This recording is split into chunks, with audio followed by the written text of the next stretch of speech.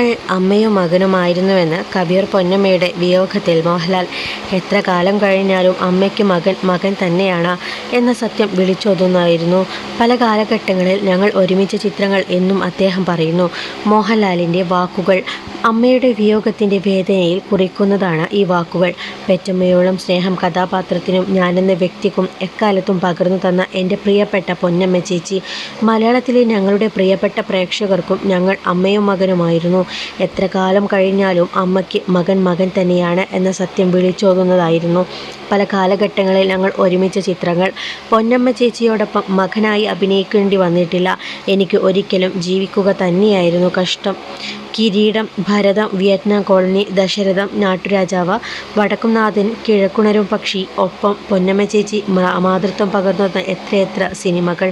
മകനല്ലായിരുന്നിട്ടും മകനെ എന്ന് വിളിച്ചോടി വരുന്ന ഹിസ് ഹൈനസ് അബ്ദുള്ളയിലെ കഥാപാത്രം പോലെയായിരുന്നു ജീവിതത്തിൽ പൊന്നമ്മ ചേച്ചി എനിക്കും.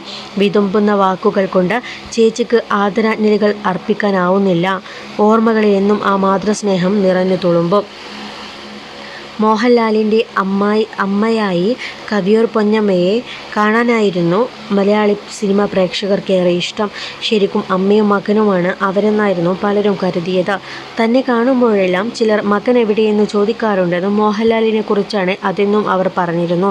മോഹൻലാലിനെ കുട്ട എന്നാണ് ഞാൻ വിളിക്കുന്നത്, മമ്മൂട്ടിയെ മമ്മൂസ് എന്നും. കാണുന്നവരെല്ലാം വിചാരിക്കുന്നത് മമ്മൂസ് വലിയ ദേഷ്യക്കാരനാണെന്നാണ്. എന്നാൽ അങ്ങനെയല്ല. ഉള്ളിൻ്റെ ഉള്ളിൽ വളരെ നല്ല മനുഷ്യനാണ് അദ്ദേഹമായിരുന്നു. മുൻപ് മോഹൻലാലിനെയും മമ്മൂട്ടിയെയും കുറിച്ച് കവിയൂർ പൊന്നമ്മ പറഞ്ഞത്. നിർമ്മാതാവായ മണി സ്വാമിയെയായിരുന്നു കവിയൂർ പൊന്നമ്മ വിവാഹം ചെയ്തത്. ദാമ്പത്യ ജീവിതത്തിലെ പൊരുത്തക്കേടുകളെക്കുറിച്ച് മുൻപ് കവിയൂർ പൊന്നമ്മ തുറന്നു പറഞ്ഞിരുന്നു. മകളായ ബിന്ദു കുടുംബസമേതമായി വിദേശത്താണ്.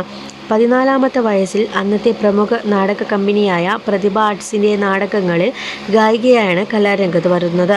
KPSCയുടെ മൂലധനം എന്ന നാടകത്തിലൂടെ നാടകരംഗത്തെത്തി. തോപ്പിൽ ഭാസിയെ ആണ് തൻ്റെ അഭിനയ കലയുടെ ഗുരുവായി കാണുന്നത്. തൻ്റെ ആദ്യ നായിക ചിത്രമായ റോസിയുടെ നിർമ്മാതാവായ മണിസ്വാമി സെറ്റിൽ വെച്ചാണ് ജീവിതത്തിലേക്ക് ക്ഷണിക്കുന്നത്. പക്ഷേ ആ ബന്ധം നിരാശാജനകമായിരുന്നു. അന്തരിച്ച പ്രശസ്ത നാടക സിനിമ നടിയായിരുന്ന കവിയൂർ രേണുക പൊന്നമ്മയുടെ സഹോദരിയാണ്.